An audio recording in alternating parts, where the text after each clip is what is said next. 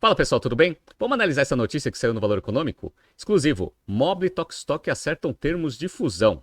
Há um mês começou a surgir um rumor de mercado que as duas empresas estavam conversando para combinar suas operações e parece que a coisa vai andar. Tá? A Mobile, como a gente sabe, está passando por um processo de reestruturação que está começando a dar sinais que o direcionamento está indo para o lado correto. No entanto, a Tokstok ela está naquela situação que não estava pagando aluguel no começo do ano, teve que ser resgatada pelo Carlyle e está com uma dívida bem alta.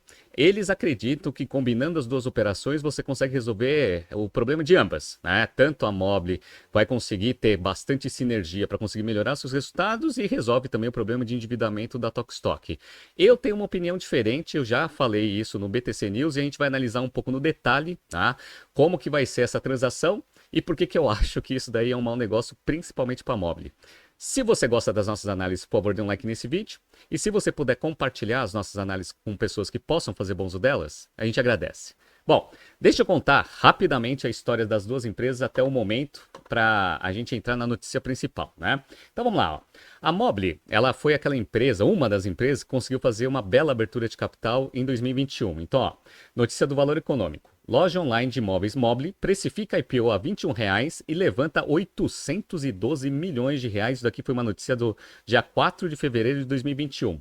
Era aquele ano que um monte de empresas de tecnologia, mesmo com resultado muito ruim, estava conseguindo fazer abertura de capital e captar muito dinheiro no mercado. Perfeito. Qual que é o grande problema? O grande problema é que a Mobile ela abriu capital com o operacional ainda, né, fragilizado. E aí, uma vez que você tem capital aberto, todo trimestre você tem que justificar o porquê da queima de caixa e também porquê que os resultados não estão positivos. E aí o mercado pune. Então, ó, notícia do dia 10 de setembro de 2021. Mobile derreteu mais de 50% desde a estreia na B3. O que esperar? É aquilo que eu falei para vocês. Você consegue fazer uma abertura de capital no momento que o mercado está comprador, e foi o que aconteceu com a Mobile. Só que depois você tem que todo trimestre justificar qual que é a estratégia da empresa e por que que a empresa não está gerando caixa e também não está conseguindo ser lucrativa. E a ação vai caindo, e foi caindo cada vez mais. Uma notícia mais recente, agora do dia 29 de março de 2023, ações despencam após resultado do quarto trimestre. Só para você ter uma ideia, para quem está vendo no YouTube e no Spotify, como a gente viu lá, as ações saíram precificadas a 21, R$ 22. Beleza. Agora tá R$ 3,90. Então vocês viram aqui que o ano de 2022 teve uma queda vertiginosa no valor das ações, mas nesses últimos tempos a ação conseguiu dar uma estabilizada, ou seja, parou o movimento de queda. Por quê? Porque, como eu falei para vocês, ele está num processo de reestruturação e parece que está começando a dar sinais que está indo para o lado certo. Então, ó, notícia aqui do dia 10 de agosto de 2023. Mobile, prejuízo líquido cai 38% no segundo trimestre para 17 milhões de reais. Né? Então, beleza. Então, essa é a história da Mobile. Fez uma bela abertura de capital, não conseguiu mostrar bons resultados, teve que fazer um processo de reestruturação que está começando a dar sinais positivos, né? Por outro lado, a Tokstok, naquela época que a Mobile estava tentando fazer abertura de capital, também jogou seu prospecto para o mercado para também fazer uma abertura de capital. Então, ó, a batalha do sofá, Mobile, Westwing e Tokstok disputam investidor em IPO. Então, isso daqui foi uma notícia do dia 7 de dezembro de 2020. O que aconteceu? O Carlyle estava tentando fazer a abertura de capital da Tokstok, tentou buscar um valuation de 3 bilhões, o mercado estava disposto a pagar 2 bilhões para entrar nessa abertura de capital, só que o Carlyle foi contra. E aí o que aconteceu? Perdeu o timing, não conseguiu fazer a abertura de capital e ter dinheiro no caixa da companhia. Então, ó, Tokstok adia pela segunda vez a abertura de capital na bolsa. Isso daqui é a notícia do dia 21 de maio de 2021. Ou seja, tanto o Westwing quanto o Mobile conseguiram captar bastante dinheiro no mercado e a Tokstok ficou para trás porque queria um valuation de 3 bilhões contra 2 bilhões que o mercado na época estava disposto a pagar. E aí o que aconteceu? A empresa ficou sem dinheiro no caixa. Como a gente sabe, em 2022 a situação do mercado já ficou bem diferente e a Tokstok começou a ter resultados muito ruins. E aí o que aconteceu? Começou o ano, e aqui a notícia do Brasil Journal. A Tokstok não pagou o aluguel? Mais um varejista em crise? Notícia do dia 15 de fevereiro de 2023. E foi exatamente isso que aconteceu. A Tokstok, com resultados muito ruins, se endividou até a tampa, não conseguiu reestruturar a sua dívida de curto prazo e teve que ser resgatada. Então vamos lá, Tokstok escapa da falência, mas ainda tem um elefante na sala dos sócios. O que aconteceu aqui? As dívidas são, hoje, num patamar de 350 milhões de reais. O Carlyle teve que injetar 100 milhões na empresa para conseguir ganhar prazo dessas dívidas, para dar um respiro, para ver o que eles poderiam fazer com a operação. E aí, eles chegaram à conclusão que tentar combinar, convencer o pessoal da Mobile que juntar as duas operações faria muito sentido para ambas, né? Vai ter bastante sinergia, porque as duas empresas atuam mais ou menos no mesmo segmento, a Mobile muito mais no digital, indo para o ponto físico agora, e a Tokstok tem essa operação muito difundida por lojas físicas. Então tem uma certa complementariedade aqui em termos de canais. E agora parece que eles conseguiram convencer o pessoal da Mobile a fazer essa transação. Vamos entrar na notícia principal. Então vamos lá. A Home24, acionista controlador da empresa de móveis e decoração Mobile, e o fundo Private Equity Carlyle, controlador da Tokstok, fecharam os termos do acordo para uma fusão, apurou o pipeline. Beleza. A operação será feita por meio de troca de ações, em que os acionistas da Mobile ficam com 80% da nova empresa e os da Tokstok, que além do fundo incluem fundadores Regis e a Ghislaine Bluley aqui, com 20%. Ambos os acionistas terão um lock-up por 2 anos, período em que não podem se desfazer dos papéis. Então, eles vão combinar as duas empresas, onde 80% vai ficar sobre, né, os acionistas atuais da Mobile e 20% ali dos acionistas da Tokstok, né? Após a operação de fusão, a Home24 planeja fazer uma oferta pública de ações para os acionistas da Mobile a um preço de R$ 6,50. Que é bem maior do que o R$ 3,90, o que representaria um prêmio de 68% em relação à cotação atual do papel. Pelo acordo que está sendo amarrado, o Carlyle terá a opção de comprar mais 10% da companhia a R$ 9,00, né? Beleza. As empresas já vinham conversando desde o início do ano, antes da Tokstok ter renegociado suas dívidas com os bancos, como antecipado pelo pipeline. Em junho, o Carlyle fez um aporte de 100 milhões de reais na Tokstok e rolou uma dívida com os bancos de 350 milhões, que tem vencimento em 2029. A Mobile encerrou o segundo trimestre com uma receita líquida de 128,2 milhões de reais, uma queda de 13,8% em relação ao mesmo período do ano passado. Em 2022, a empresa registrou uma receita líquida de 637 milhões de reais, um recuo de 12% em relação a 2021. A companhia tinha um caixa de 239 milhões e estava buscando zerar a queima de caixa, que ficou em 36 milhões no segundo trimestre. Já a Tokstok encerrou 2022 com um prejuízo de 460 milhões de reais versus um lucro de 53 milhões no ano anterior, 2021. A estimativa de pessoas com conhecimento do assunto é que a nova empresa poderá ter um ganho de sinergia entre 150 e 200 milhões de reais, principalmente na parte logística. Excel aceita tudo, né? Sinergia é aquele negócio que é muito fácil de quantificar no Excel, muito difícil de executar. Mas tudo bem, tá lá. A nova empresa terá a força do canal de vendas online da Mobile e amplia a rede de lojas físicas com as unidades da Tokstok. Hoje, a Mobile conta com 17 lojas e 3 unidades via franqueado. Já a Tokstok fechou 17 unidades este ano como parte do plano de reorganização e contava com 51 unidades. Então vai ser uma operação aqui com 68 pontos físicos quando você combinar as duas operações. Então, em termos, né, estratégicos aqui, parece que faz um pouco de sentido porque as operações são complementares em termos de canais, né? Qual que é o grande problema? O grande problema é que você está pegando uma empresa que está com dívida lá na casa do chapéu, que é a Tokstok, junto com uma outra empresa que também não está com resultados muito bons, mas está no meio de um processo de reestruturação. Quando você combina as duas coisas, teoricamente você dá vários passos para trás. Por quê? Combinar duas empresas não é fácil, tá? Vai ter muita energia e atenção do management para conseguir combinar as duas operações, integrar os sistemas, cultura organizacional, entre outras coisas, além de fazer toda a parte, né, das operações combinadas começarem a dar bastante resultado.